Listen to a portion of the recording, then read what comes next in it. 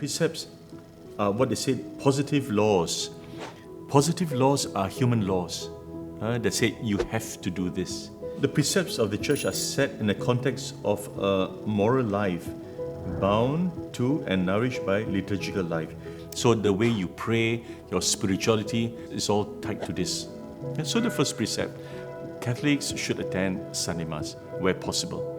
The Mass is the principal form of worship where the community gathers, the church gathers, and there we worship God, the Father, in the sacrifice of Christ, in unity of the Holy Spirit. So there we renew our identity as a child of God, renew what it means to be Catholic, and we continue to rely on Christ to sustain and nourish the life of the church. The second precept is to confess one's sins, minimum once a year.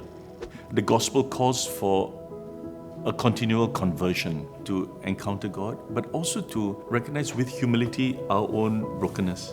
The priest is not there to judge you as a human person. He's there to mediate. It is in this sacrament that we celebrate God's mercy in our life. The third precept is the Easter duty.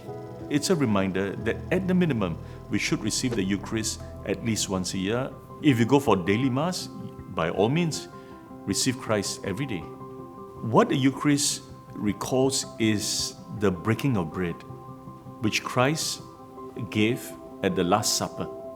And he says, do this in memory of me.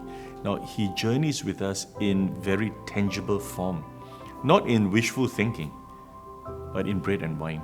Things that we can touch and see and taste and consume. The fourth precept is about fasting and abstinence. The Bishops' Conference said that Fridays should remain a day of penance, reminding ourselves that Christ died on Good Friday, to pause and to rethink the things that we want to do, the things that we want to have. Are they necessary? The point of this corporate fasting and abstinence is to exercise an element of self-denial, whether it be computer games, whether it's television, Netflix. Be creative in what you want to give up for this day in honor of the Lord. And the fifth precept, the Church invites us to provide for the needs of the Catholic Church.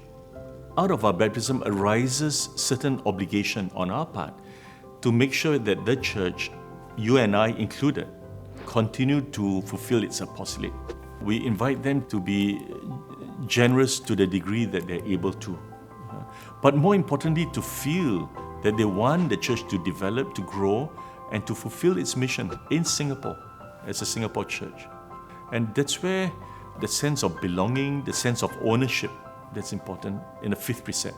So the church takes it on herself to say, these are the 5 things that you should do for the good of your moral life. So the requirement for going for Mass is tied to your spiritual life. The requirement to go for confession is also tied to your spiritual life. Each one is asked to take responsibility for his or her spiritual life also, and to continue on this path of conversion.